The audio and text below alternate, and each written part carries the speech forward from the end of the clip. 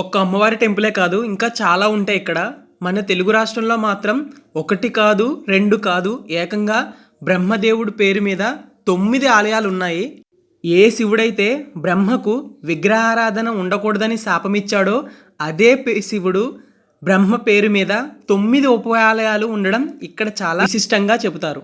నలంపూర్ క్షేత్రానికి సమీపంలో బ్రహ్మత్వం కోసం బ్రహ్మ తపస్సు చేయగా శివుడు ప్రత్యక్షమై బ్రహ్మదేవునికి 9 రూపాలలో దర్శన భాగ్యం కలిగించి బ్రహ్మదేవునికి బ్రహ్మత్వం గురించి వివరించి చెప్పాడు. దాంతో ఎంతగానో సంతోషించిన బ్రహ్మదేవుడు తనకు బ్రహ్మత్వం చెప్పిన ఈ ప్రాంతంలోనే ఆ 9 రూపాల్లోనే శివుణ్ణి తన పేరు మీద నవబ్రహ్మేశ్వర స్వామిగా వెలియమని కోరాడు.